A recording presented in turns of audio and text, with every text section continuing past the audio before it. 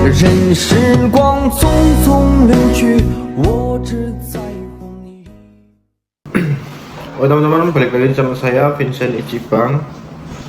Jadi di kesempatan video kali ini saya ingin membuatkan video lagi seputar TKI di Jepang. Nah, di video kali ini saya membagikan pengalaman saya 1 bulan di Jepang.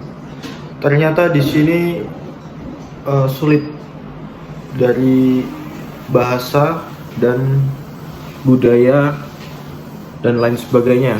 Kenapa saya katakan seperti itu? Karena saya sudah ngalamin, meskipun baru sebentar di sini ngerasain, waduh, ternyata seberat ini di Jepang.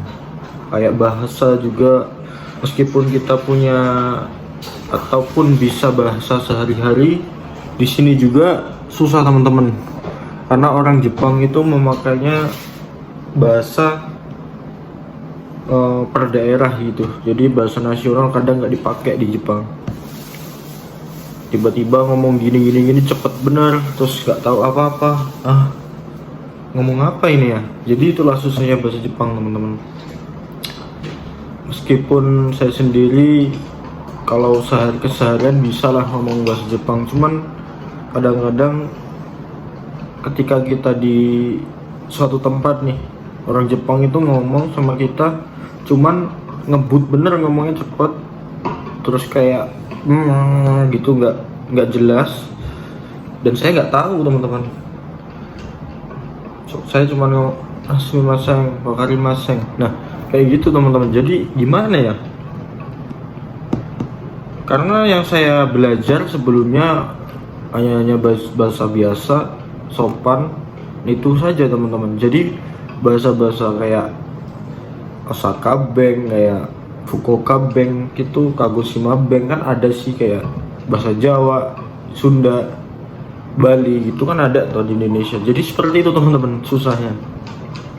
Mungkin yang saya pelajari bahasa-bahasa nasional, mungkin kita harus belajar lagi kayak sesuai dengan penempatan kita nih. Misal kita tinggal di Osaka, kita di Indonesia harusnya sudah menyiapkan bahasa Osaka Bank. Jadi seperti itu teman-teman. Itulah saran saya. Kan di kontrak kerja tuh udah ada tuh penempatan kita. Kita harus belajar sesuai dengan penempatan kita juga. Jadi misal kita penempatan di Osaka nih, kita harus belajar dialek Osaka Bank. Jadi seperti itu teman-teman. Karena saya sadari sendiri, saya di Kagoshima nih Mas Yan, nanti pindah di Fukuoka. Di Kagoshima saya juga kadang-kadang nggak ngerti teman-teman. Banyak ngertinya, cuman kadang-kadang ketemu orang tua, dia nih ngomong tuh nggak buka mulut gitu. Jadi saya nggak tahu apa-apa, ngomong apa ini. Kadang saya tanya ulang lagi, saya suruh kantan kotoba de onegaishimasu, jadi kayak gitu, dengan bahasa yang mudah, tolong gitu, tolong dengan menggunakan bahasa atau kotoba yang mudah. Saya sering ngomong kayak gitu karena saya kurang tahu dengan dialek mereka, karena penempatan berbeda-beda, sama seperti yang saya katakan tadi, suku Jawa, Lampung, Sunda, seperti itulah di Indonesia. Di Jepang juga sama. Jadi kadang-kadang saya tidak mengerti apa yang diucapkan. Kayak tadi di Supa, saya ditanyain saya kan minta plastik nih, Fukuro negishimasu ichimai. Nah dia tanya dengan dialek dia sendiri. Saya cuma mudengnya kata kerja tarimas tuh. Maksud dia itu cukup nggak dengan plastik kecil atau plastik besar. Saya bilang saya terus mudeng gitu. Dan ini saya katakan lagi, ketika kita tidak mengerti apa yang diucapkan orang Jepang, itu seharusnya kita bertanya, tolong diulangin lagi gitu, saya tidak mengerti gitu. Jangan ketika kalian tidak mengerti, kalian cuma jawab hai saja teman-teman. Jangan cuman iya doang. Ketika tidak mengerti, bertanya. Orang Jepang itu suka orang yang bertanya dan orang yang jujur. Jujur itu tidak dari mana saja ya. Kayak misalnya kita nggak tahu, kita tanya apa, jangan ngomong hai hai. Kalau kita hai hai berarti kan sama aja kita bohong tuh, kita nggak ngerti tapi kita ngomong iya iya doang gitu.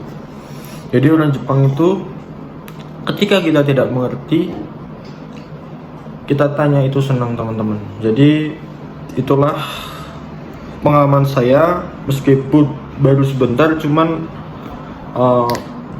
di Jepang itu susah ternyata, dari segi bahasa juga susah. Tapi nanti akan terbiasa karena kita belajar sambil bekerja gitu. Kita nggak tahu tanya sama atasan, sama temen yang lebih senior daripada kita, itu bisa teman-teman.